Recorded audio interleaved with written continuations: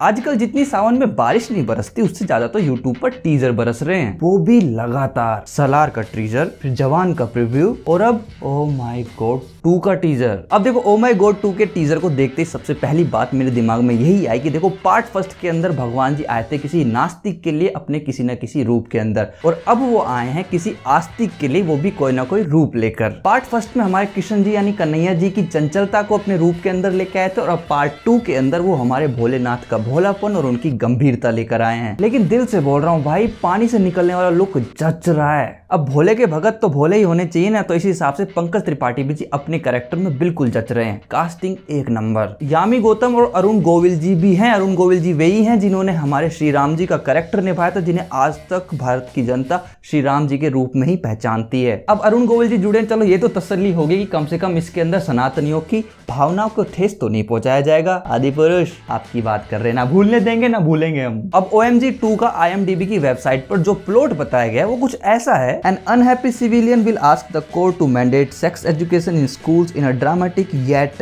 amusing courtroom play। अपनी भाषा में समझाऊं तो भाई साहब, एक नाखुश हिंदुस्तान का नागरिक है जो ये चाहता है कि किसी भी तरीके से स्कूल एजुकेशन के अंदर सेक्स एजुकेशन भी वो मैंडेटरी यानी कि आवश्यक यानी कि अनिवार्य हो जाए, और इस वजह से वो कोर्ट रूम तक पहुंच जाता है और बहुत ही फनी वे के अंदर इस पूरी परिस्थिति को सबके सामने रखता है। लेकिन भगवान के मामले से जुड़ी मूवी के अंदर सेक्स एजुकेशन, ये दोनों मामले तो मिल नहीं रहे यार। अब प्लॉट को देख के तो कंफ्यूजन से ज्यादा रिस्क भी बढ़ गया भाई साहब। पार्ट फर्स्ट के अंदर तो फिर भी कुछ चीजों पे सवाल उठाए थे, लेकिन पार्ट 2 के अंदर तो कुछ अलग ही मैटर लग रहा है भाई। बस एक चीज को मैंने कि दोनों के अंदर कोर्ट रूम वाला केस चलेगा, तो ये सेक्स एजुकेशन वाले टॉपिक का क्या लिंक होगा इस मूवी से? मेरे हिसाब से ये हो सकता है कि पंकज त्रिपाठी को कहीं पर जरूरत महसूस हुई कि किसी न किसी तरीके से मेरे बच्चे को सेक्स एजुकेशन टाइम रहते मिल जानी चाहिए ताकि कोई उसे गुमराह ना कर सके, लेकिन वो खुद इस चीज को कर पाने में सक्षम नहीं है। तो उन्होंने सोचा कि जब हम स्कूल को शिक्षा देने के लिए रुपए देते हैं तो फिर सेक्स शिक्षा भी यानी सेक्स एजुकेशन भी देना उन्हीं का फर्ज है। अब चूंकि सेक्स एजुकेशन स्कूल एजुकेशन के अंदर मैंडेटरी नहीं है,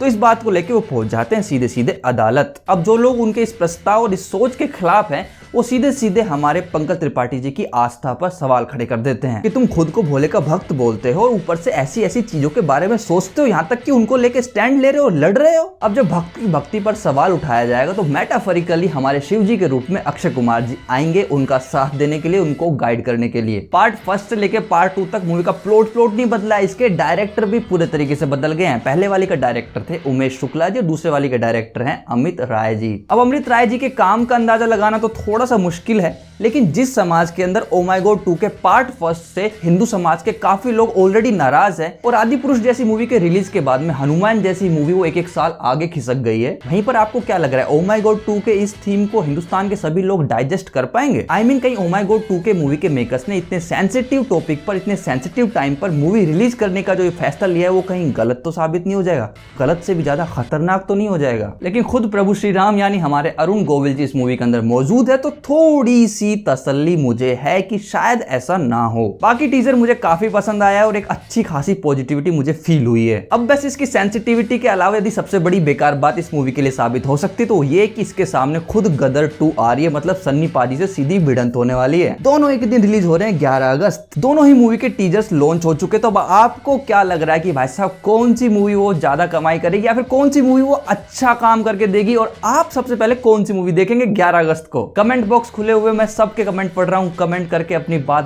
बता दो। यदि बातचीत में मजा आया तो लाइक कर दो, और यदि ज्यादा ही प्यार आ रहा है तो सब्सक्राइब कर दो। हमेशा के लिए जुड़ जाओ, आगे भी बातचीत चलती रहेगी।